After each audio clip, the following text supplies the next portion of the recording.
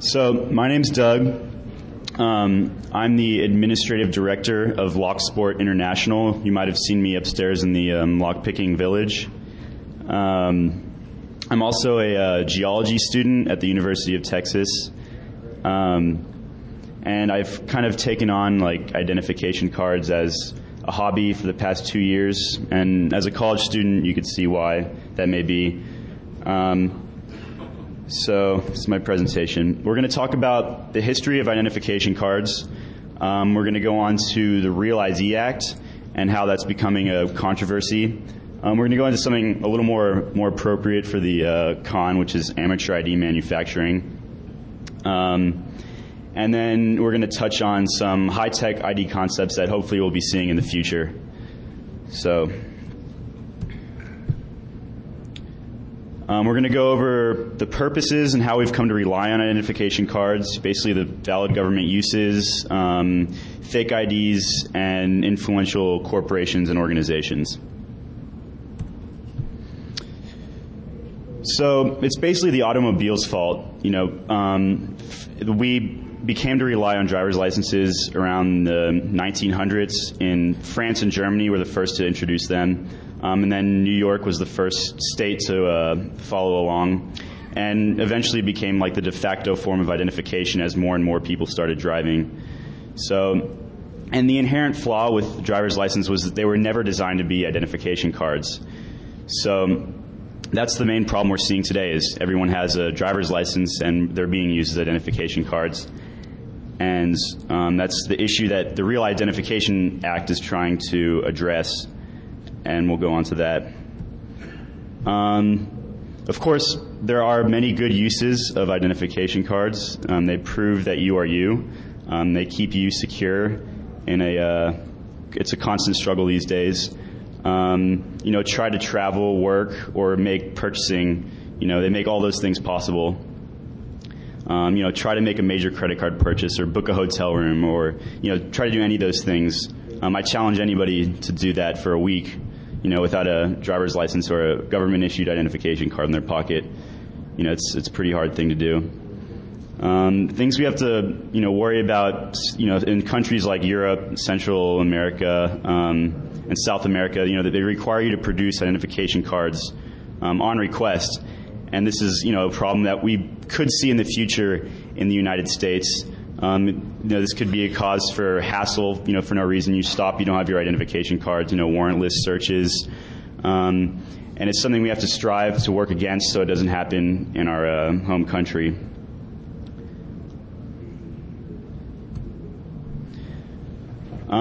So we've, in the past 10 years or so, we've seen a huge increase in the penalties surrounding identification cards. And I contribute to that mostly because of the 9/11 attacks. A lot of people will tell you because of the increased worries about underage drinking. And I mean, that's definitely a valid excuse, although 9/11 was basically an instigator for what we've seen in an increased problem with illegal immigration. I think, personally, I think illegal immigration is the main cause in the increasing in penalties of increasing in penalties surrounding fraudulent identification cards. So if you're familiar with 9/11 and the terrorists, they actually came across legitimate forms of identification, and they got these through legitimate channels. So, you know, that's a problem that should be addressed, right? So how fraudulent identification cards are obtained. They're obtained through online retailers. There's legal identification shops around town, and they make cards that, you know, look surprisingly similar to the real thing. And they get away with this because they have, you know, certain aspects of their cards that are slightly different than real government cards. And, you know, every once in a while these shops will get shut down or get raided. But for the most part, they stay in business because they do have these small aspects or small loopholes that keep them legal. Of course, your buddy makes them. He's probably pretty good at it too. And a main problem we're seeing today that should not be a problem is submitting the fraudulent applications through legitimate channels. And this is submitting your fake Social Security card or Social Security number and birth certificate of a dead relative or neighbor or something like that to assume their identity. And a problem that we most likely won't see going away is obtaining these documents through corrupt government employees. And I've read about people spending up towards to $10,000 on just a driver's license, as long as it's a legitimate driver's license, if they can get it through a corrupt government employee. So the market and cash that's available there is not going to make that go away anytime soon. So this was taken from the testimony of a Senate subcommittee on that was addressing the problem with identification cards, and it shows you how this is probably a process many of you have gone through, where you request your Social Security card from the Social Security Administration and your birth certificate from the Vital Records Office if you don't already have those, and then you send that in along with your application to the Department of Transportation or the DPS. Now, the problem is that when you submit the application to the Department of Transportation, the DPS, you could be submitting fraudulent applications. You could have requested documents from the Social Security Administration or the Vital Records Office, assuming another person's identity to begin with, so you would have someone else's documents that you'd be submitting along with your face on the application at the Department of Transportation, and then all of a sudden you'd have another person's identity. And the problem we see here is that most states, the majority of the states, do not validate any type of records with the Social Security Administration or the Vital Records Office. And what would end up happening is you would get an identification of someone else, of your relative or neighbor, and 6 months later they'll find out, well, that person's has been dead for 20 years. By then it's too late because you already have that card in your pocket, right? So these are issues that the Real ID Act is trying to fix. Some influential corporations and organizations. Digitmark Corporation is kind of the Microsoft of the identification card industry. This company is really unbelievable. They make 2/3 of the U.S. driver's licenses issued, as well as 25 countries' government documents, including Mexico and Canada. That's 60 million identification documents a year. L1, which is a smaller company, they produce the other third, the other third of the U.S. driver's licenses. And somewhere in between there's another percentage of states that produce their own documents. And if you go to your DPS and they give you a card on site as soon as you get your picture taken, there's usually much less outside contractor involvement. The states are actually making the cards themselves. And these cards that you get are usually the ones that are easiest to forge.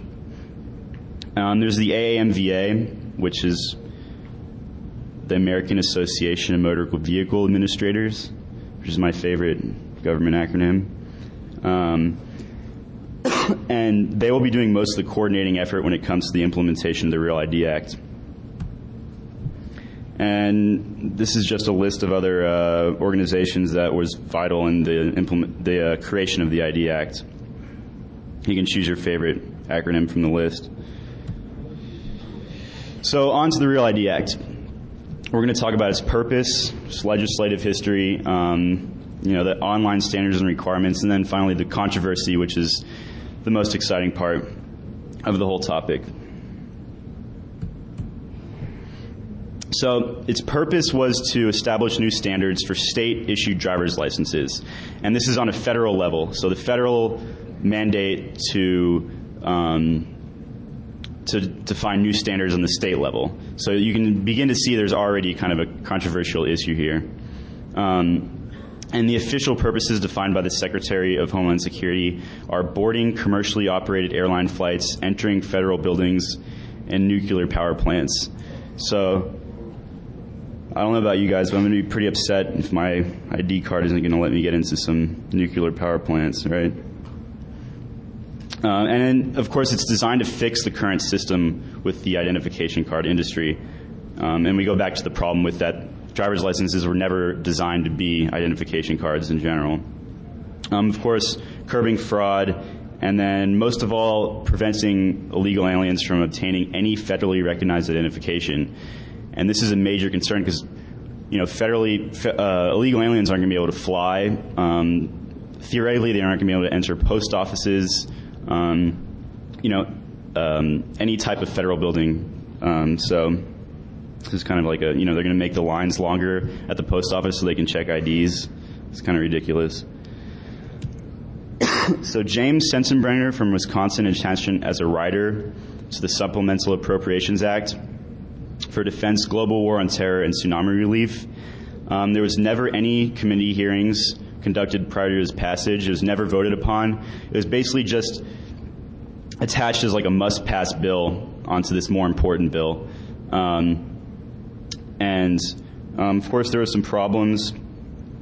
It was implemented in two phases, Phase 1 and Phase 2. There was two main problems. The states had very little support for the act, so it was pushed back. And what we see in 2011 here is when the federally mandates that all states have to begin conforming to this act. And by 2014, all citizens under the age of 50 must have this new enhanced driver's license, is what they're calling it. So if you do not have this new enhanced driver's license and you're under the age of 50 by 2014, basically you're not going to be able to fly on commercially operated airlines. And then the same goes for citizens over the age of 50 until 2017. So some of the other aspects of the ID Act is the linking of databases. So what we're seeing here is from now on, all the databases and all the DPS offices and all the Department of Transportation offices are going to be linked together. So you get a ticket in one state, they're going to be able to pull it up in another state. So there's no more running from the law. They're going to have data retention and storage outlines. So your documents like your birth certificate, your social security number, your biometric information is going to be on storage for upwards of 15 years before it's going to be allowed to be deleted. And by that time, you'll have to go in and get a renewed driver's license. So they'll have all your information on storage for 15 years in these linked databases that will be available to every state. And we'll discuss why that's going to be a problem in a minute. And then besides that, the main thing that we're seeing that's a difference between the current state of driver's licenses and the Real ID Act specifications is that all identification cards must have a common machine-readable technology. So they all must have the technology that can be read by the same device in every state. And otherwise, the IDs are really no different than what we see now.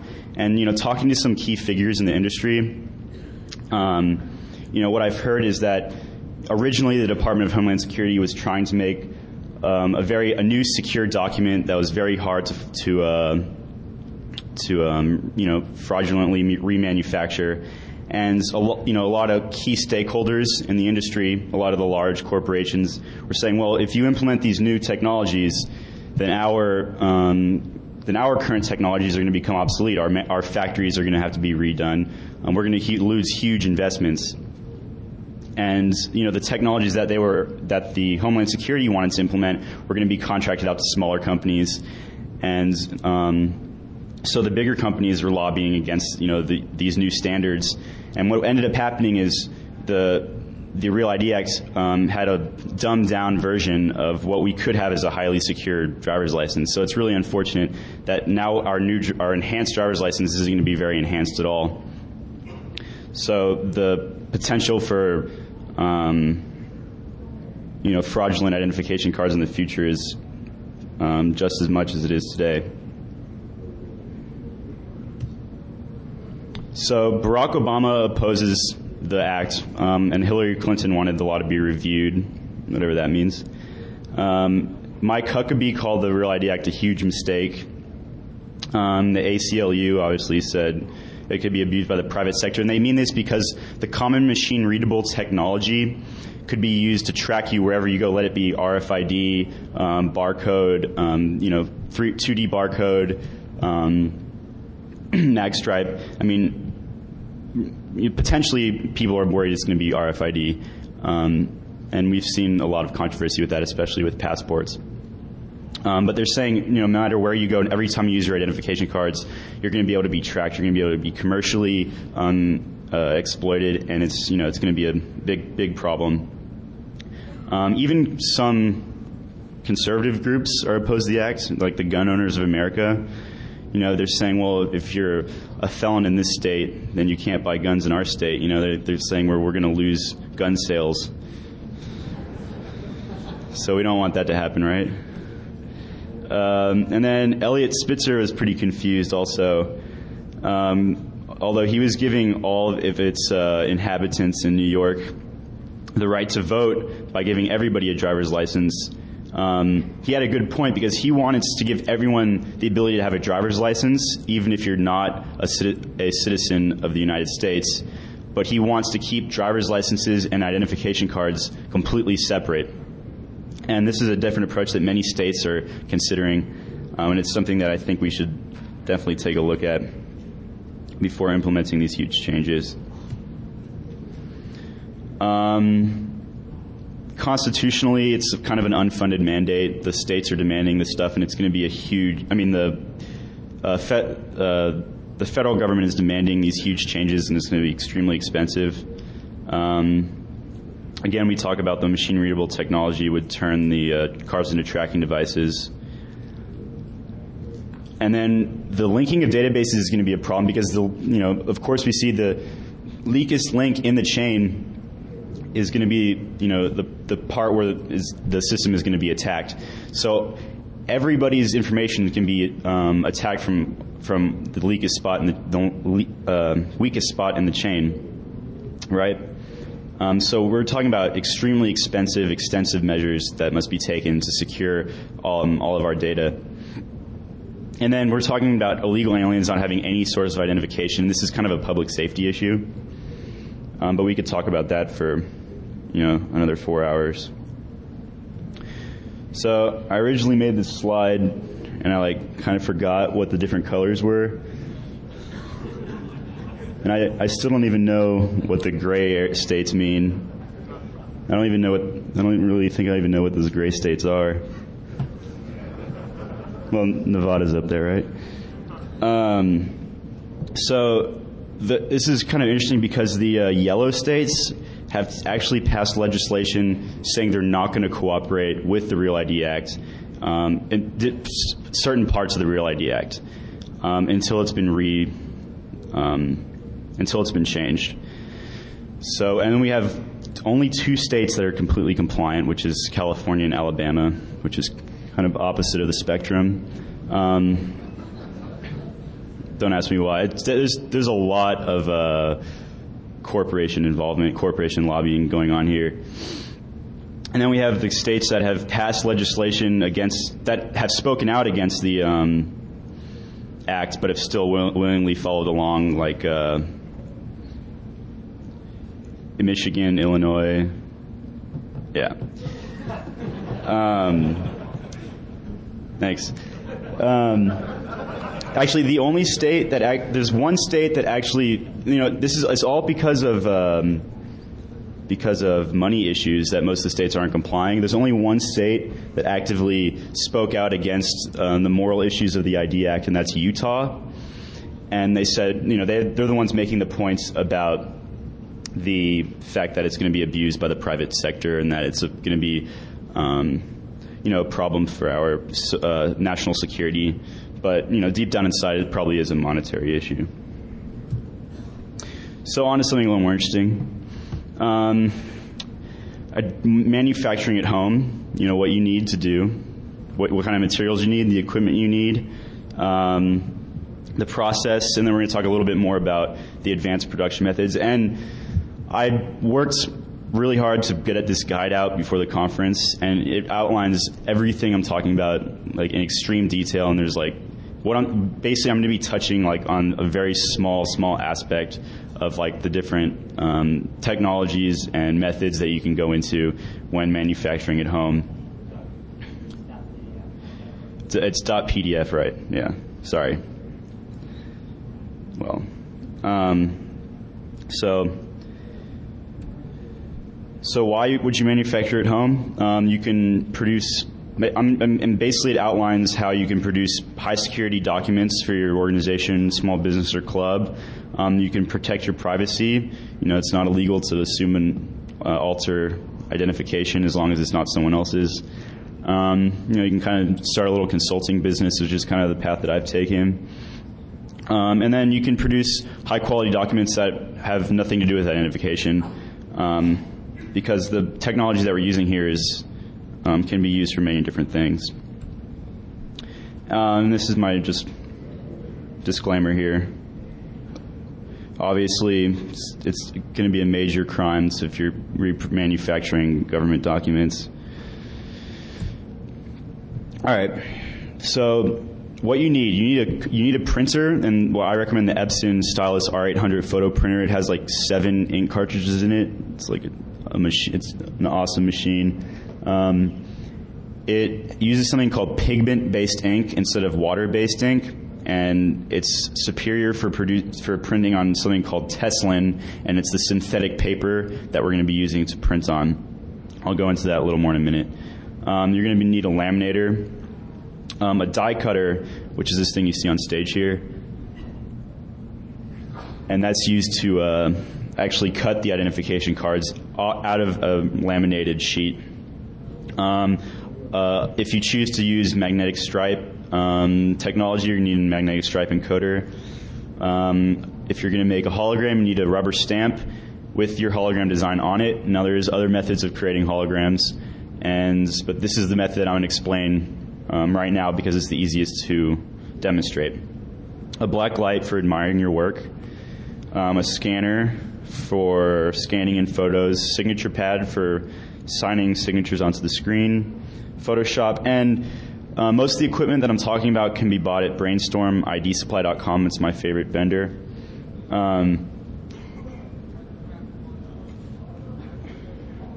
In terms of the die cutter and the laminates and stuff like that, the magnetic stripe encoder and the computer equipment you can't buy there. So the materials you need laser Teslin. Now it's also called polyfin, and it's a synthetic plastic paper with superior adhesion qualities, so it adheres to the glue on the laminate, unlike normal printer paper or stock paper, which won't adhere to the laminate. And then Pearl-X pigment powders. Now this is like it's a powder, and it's kind of optically variable powder, and what it does is, you look at it at one angle and you might not see it. You look at it at another angle, it might be blue, gold, green, brown. Depending on the hologram you're trying to make, will depend on the color that you choose. And then if you're making UV-based security features, you're going to need maybe some pigment powder. You maybe want some actual UV-based ink, which you can inject into your printer cartridge, and you can print directly on the Teslin like that. That's another method that's outlined in the guide that's included. I guess it's on the CD. A transparent base, which we're going to mix the Pearl-X pigment powder and the ultraviolet pigment powder together, and we're going to use that to stamp our hologram onto our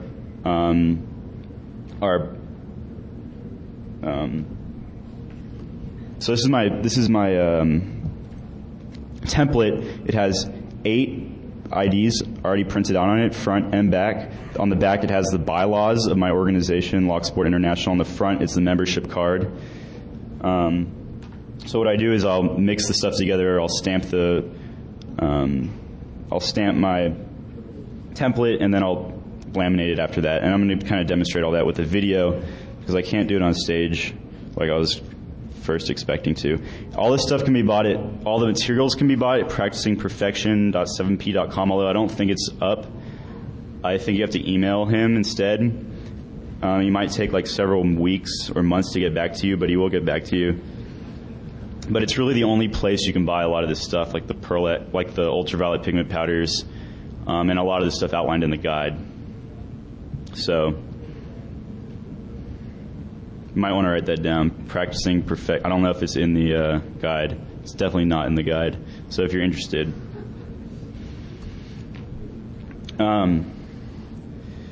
So this is so basically the manufacturing process. I'm going to have a video here in a minute. You start off with the ID template, and then you have to create that according to your membership or your application. You have your printer template, and front and back. What so you print the printer template. You add your hologram and your UV text graphics.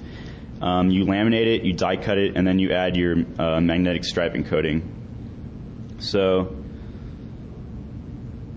let's see a video here. So I was originally planning on doing this on stage.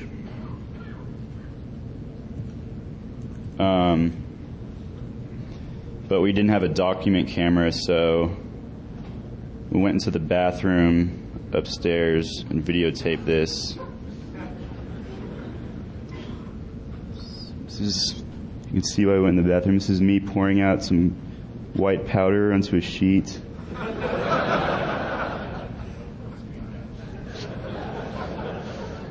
It's about 1/8 of a gram there. So that was the UV pigment powder, and this is the Pearl X. And I'm going to make a gold hologram. So I'm using gold, interference gold. This is my transparent base. It's an acrylic. It's acrylic transparent base. It's like a medium. It's used to mix inks together, mix acrylic paints together. And then I have another type, which is water-based glazing medium, which makes the ink look glazy. Makes it have a glaze-like look. So what I'm doing right now is I'm spreading everything together with my finger. And I make a really even sheet across the... I'm using a shiny surface. I usually use aluminum foil, but right now I'm just using a piece of laminate to do this on. And I spread it out really thin. And when people attempting to do this for the first time, what they usually do is they make it way too thick and they glob on big. They use too much.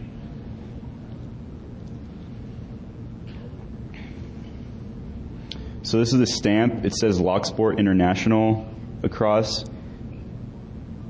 And I got that at simonstamps.com. And it's based out of Canada, so you can kind of make the stamps a little bit controversial if you want. And I stamped it right on my template, and that's Teslin.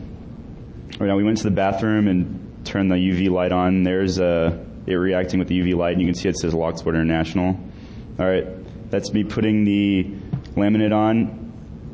All right, that's the back laminate. It's a piece of laminate has mag stripe embedded in the laminate. You can buy that at brainstormidsupply.com also.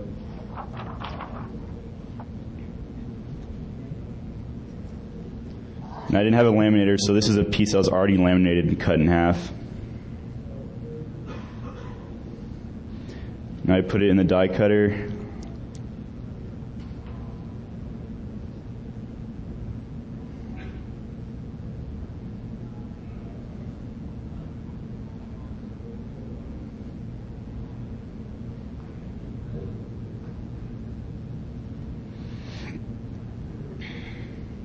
All right.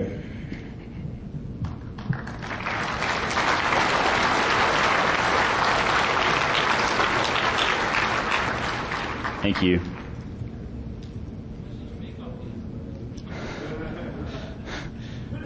Well, they're $10 per membership fee for Locksport International. All right.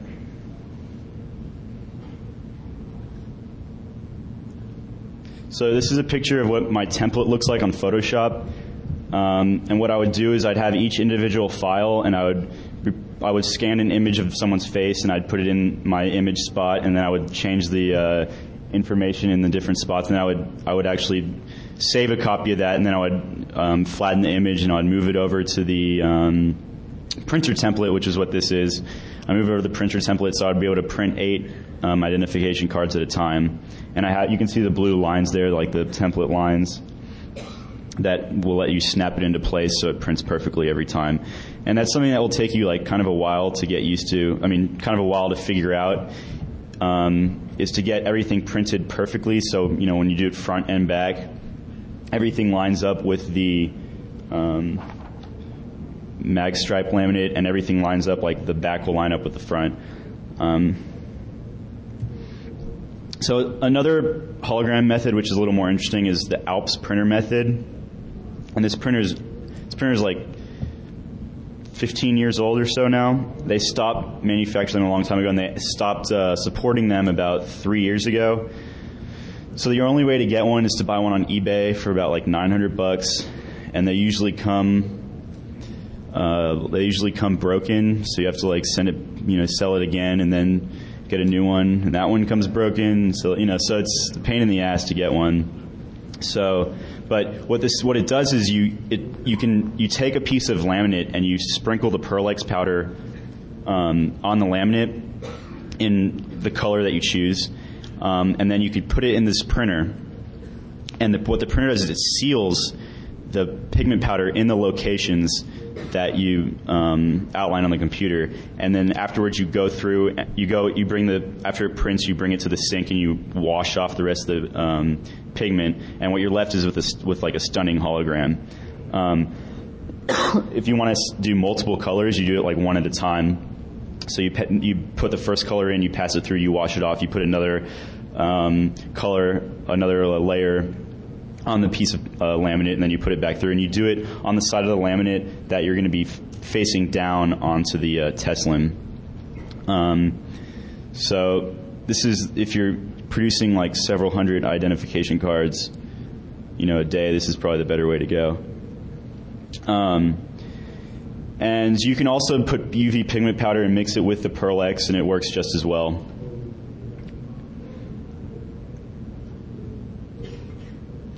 All right, so we're going to finish up here with the futuristic concepts.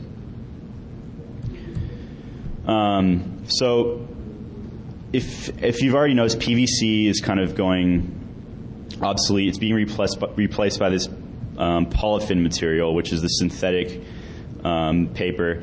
And this is what this is printed on right here. And it's basically a piece of paper, and it requires 2 pieces of laminate. And it's more tamper-proof, and it bends, so it doesn't crack. It's not brittle, and it's being used for the very high security documents. Holograms are being replaced by kinograms, which is kind of like a brand name hologram, which they kind of have like control over the market. You see them on your phone batteries and stuff like that. 1D barcodes being replaced by 2D barcodes. Although this is not a new thing, and I think UV is one of the easiest things to reproduce. We're seeing, as we've seen in the past, like one-dimensional UV. We've seen it full-color UV. And, I mean, doing full-color UV is as simple as getting a color ink cartridge and replacing the ink with, color UV ink instead of regular ink. So that's nothing new. What is kind of difficult is when they mix the holographic ink with the UV ink. But we've seen that defeated with the Alps printer by mixing the holographic Pearl-X material with the with our UV pigment powder. Gullichin iris print. Gullichin is security lines where the layout of intersection geometry is unique and it's very hard to reproduce. And iris print is when the colors gradually change shade from one color to the next, which is impossible from a normal style scanner to read that. Some other stuff that's a little more interesting is hidden images available with decoding lenses. So they'll make decoding lenses available for like government agencies, and you'll only be able to see the image with the special decoding lens. And then optically variable ink. You know, you change the angle of the identification card, and you'll see different things on the different colors on the text. IR pigment ink, which is nothing new, and is definitely easy to implement or re-implement. And then if you look at your credit card, you've seen, the normal mag stripe color is black, but if you look at your credit card, you'll see that it normally has something written on the mag stripe, and it's usually like blue or like gold, some other color other than black. And, you have to get that customized through a third party to get that security feature done. And then microtext, which is still a very highly secure feature. And that's very, very small text that can only be viewed with a magnifying glass or a microscope. So by far the coolest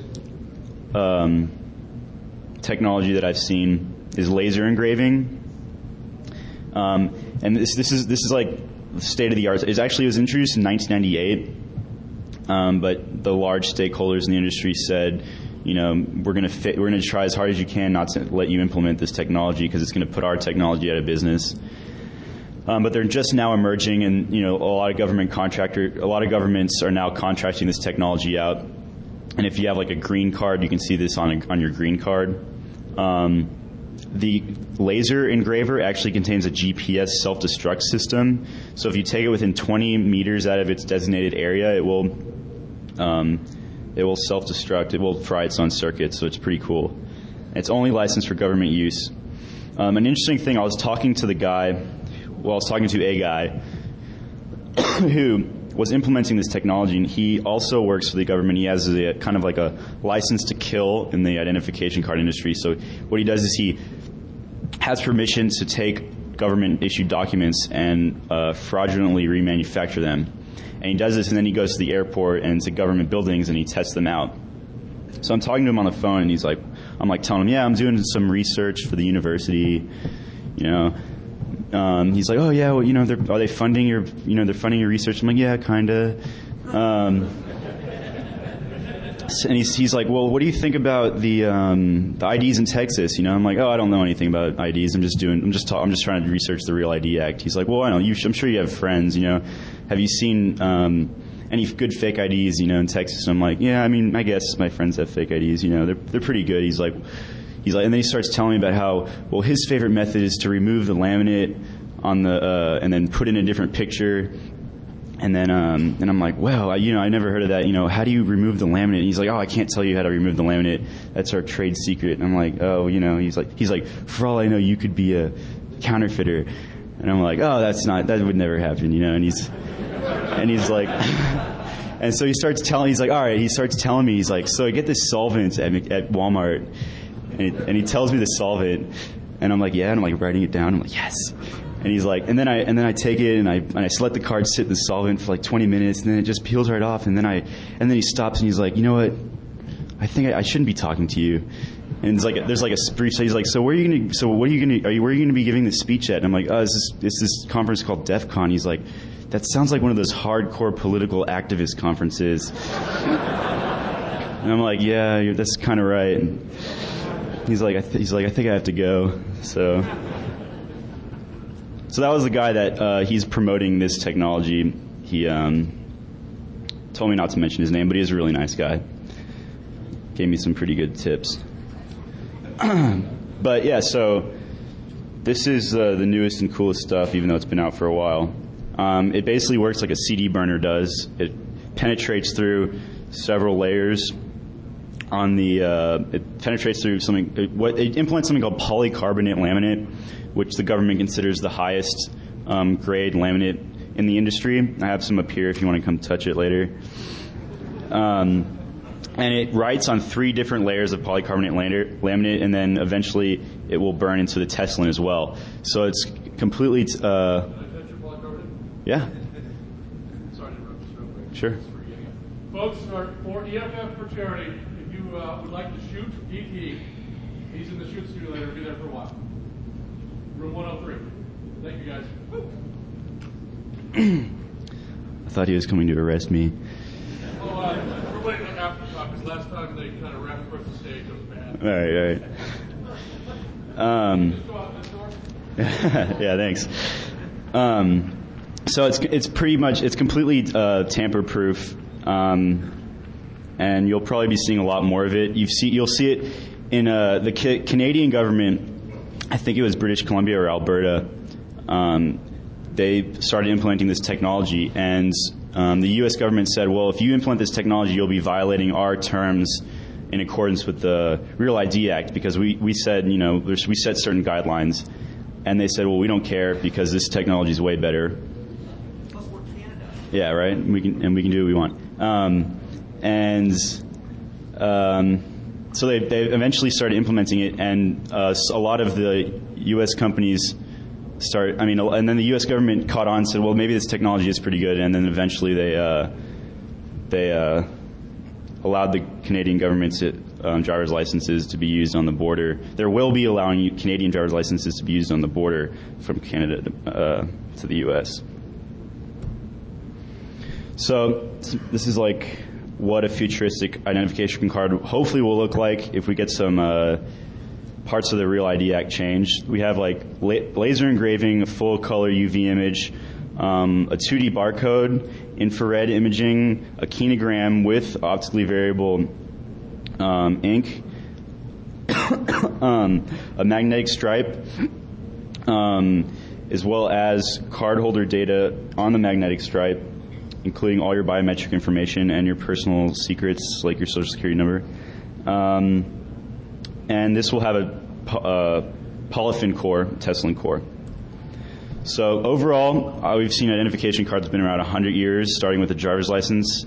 Governments have valid reasons for wanting to deploy security identification cards, but we have to watch out so they don't get abused. Increased concerns on illegal immigration is probably the most driving motivation on the technology innovation. You can become involved in identification card manufacturing at home to maintain your privacy and making your own high security documents. And as we've seen, all identification systems have strengths and weaknesses, but hopefully a robust system will be delivered that will solve some of these problems. So, thank you.